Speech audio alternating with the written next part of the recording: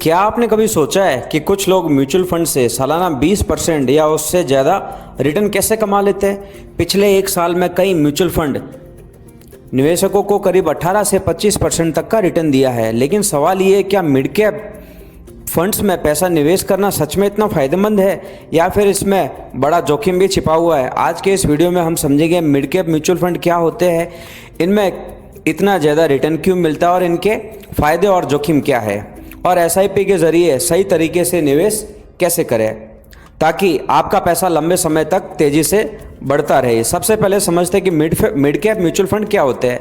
Stock market में कंपनियों को आमतौर पर 3 कैटेगरी में बांटा जाता है। लार्ज कैप कंपनीज, बड़ी और स्थिर कंपनियां, जैसे बड़ी और स्थापित कंपनियां होती है। मिड कैप कंपनीज मध्यम आकार की कंपनियां होती है जो तेज़ी से ग्रो कर रही होती है। स्मॉल कैप कंपनीज छोटी कंपनी लेकिन हाई ग्रोथ वाली कंपनियां होती है। मिड कैप म्यूचुअल फंड उन कंपनियों में निवेश करते हैं जो अभी मध्यम स्तर की है लेकिन भविष्य में बड़ी कंपनियां बन सकती है। यही कारण है कि इनमें लार्ज कैप से ज़्यादा और स्मॉल कैप से थोड़ा कम जोखिम होता है लेकिन ग्रोथ की संभावना काफ़ी ज़्यादा होती है। अब सवाल आता है, मिड कैप फंड्स इतना रिटर्न ज़्यादा कैसे देते हैं? इसके पीछे 3 बड़े कारण हैं।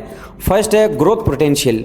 मिड कैप कंपनियां अक्सर अपने बिजनेस को तेज़ी से बढ़ा रही होती है। अगर कंपनी सफल हो जाती है तो उसका शेयर कई गुना तक हो सकता है। दूसरा कारण, मिड कैप कंपनियां उस स्टेज पर होती है जहां उनका बिजनेस तेज़ी से बढ़ रहा होता है, जैसे नई फैक्ट्री लगाना, नए मार्केट में जाना या नई टेक्नोलॉजी को अपनाना। तीसरा कारण है, आज की कई बड़ी कंपनियां कभी मिड कैप ही थी। अगर कोई मिड कैप कंपनी आगे चलकर लार्ज कैप बन जाती है तो निवेशकों को बहुत अच्छा फायदा मिलता है। अब बात करते हैं मिड कैप म्यूचुअल फंड के फायदे क्या है। इसमें सबसे पहले हाई ग्रोथ पोटेंशियल होती है। लॉन्ग टर्म में मिड कैप लार्ज कैप से ज़्यादा रिटर्न दे सकते हैं। डाइवर्सिफिकेशन होता है। म्यूचुअल फंड में आपका पैसा एक साथ कई कंपनियों में निवेश होता है, इसमें जोखिम थोड़ा कम होता है। प्रोफेशनल मैनेजमेंट होता है। इन फंड्स को एक्सपर्ट फंड मैनेजर मैनेज करते हैं जो मार्केट को अच्छी तरह से समझते हैं।